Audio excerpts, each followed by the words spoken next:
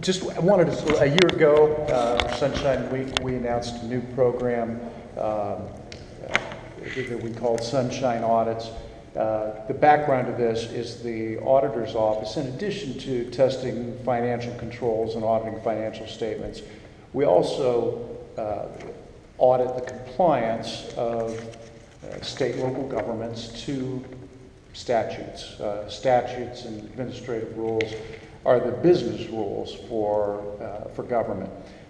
So we began a program where we looked at complaints from anybody in Ohio who wanted to bring one, so they were having trouble getting what they thought was a public document from a government agency, and we would take a look at it, and if the facts supported it, we would note that, and if the denial, and if the facts did not support the denial, then we would also make note of that and make a finding in the next regular audit. So that was 1 year ago today. We are here to report our first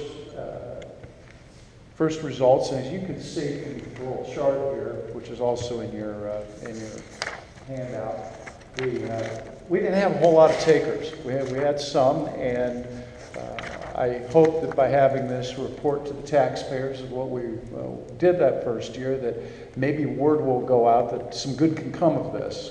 Because while I don't think that there's necessarily huge non-compliance, I know that there's more than the 17 cases that we have here from the first year. And so I would hope that folks that feel like they have been wrongly denied public records would avail themselves of the mediation process that's in the Attorney General's office and our compliance work in the auditor's office.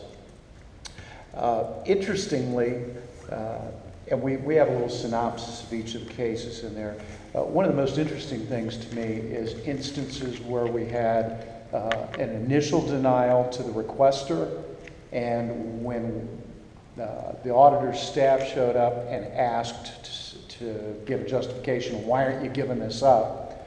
The answer was basically, public records? Oh, you mean these public records? And they, rather than offer a justification for the denial, they gave up the records. So, you know, that's a victory for the taxpayer of the state, right? Because they didn't have to hire a lawyer, they didn't have to spend 2 or 3 or 4 years going through the courts. They got the records that they were entitled to. So I would call the program a small but significant success in its first year. And I hope you all will help me get the word out that we are open for business and want to help people get the stuff that they're entitled to from their government. Dave, you said